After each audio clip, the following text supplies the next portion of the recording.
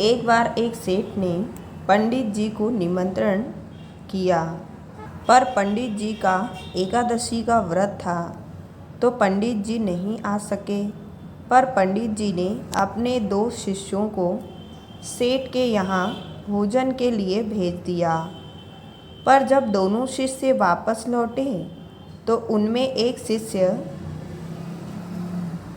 दुखी और दूसरा प्रसन्न था। पंडित जी को देखकर आश्चर्य हुआ और पूछा, बेटा क्यों दुखी हो? क्या सेठ ने भोजन में अंतर कर दिया? नहीं गुरुजी। क्या सेठ ने आसन में अंतर कर दिया? नहीं गुरुजी। क्या सेठ ने दक्षिणा में अंतर कर दिया? नहीं गुरुजी। बराबर दक्षिणा दी, 2 रुपए मुझे और 2 रुपए दूसरे को।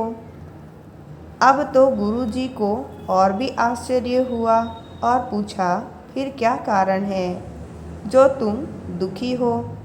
तब दुखी चेला बोला, गुरुजी मैं तो सोचता था सेठ बहुत बड़ा आदमी है, कम से कम 10 रुपए दक्षिणा देगा, पर उसने 2 रुपए दिए, इसीलिए मैं दुखी हूँ। अब दूसरे से पूछा, तुम क्यों प्रसन्न हो? तो दूसरा बोला, गुरुजी मैं जानता था सेठ बहुत कंजूस है, 8 आने से ज़्यादा दक्षिणा नहीं देगा, पर उसने 2 रुपए दे दिए तो मैं प्रसन्न हूँ। बस यही हमारे मन का हाल है। संसार में घटनाएं समान रूप से घटती हैं, पर कोई उन्हीं घटनाओं से सुख प्राप्त करता है, कोई दुखी होता है। असल में ना दुख है और ना सुख, ये हमारे मन की स्थिति पर निर्भर है। इसीलिए मन प्रभु चरणों में लगाओ, क्योंकि कामना पूरी ना हो तो दुख और कामना पूरी हो जाए तो सुख। पर यदि कोई कामना ही ना हो तो आनंद। जिस शरीर को लोग सुंदर समझते हैं, मौत के बाद वही शरीर सुंदर क्यों नहीं लगता? उसे घर में ना रखकर जला क्यों दिया जाता है?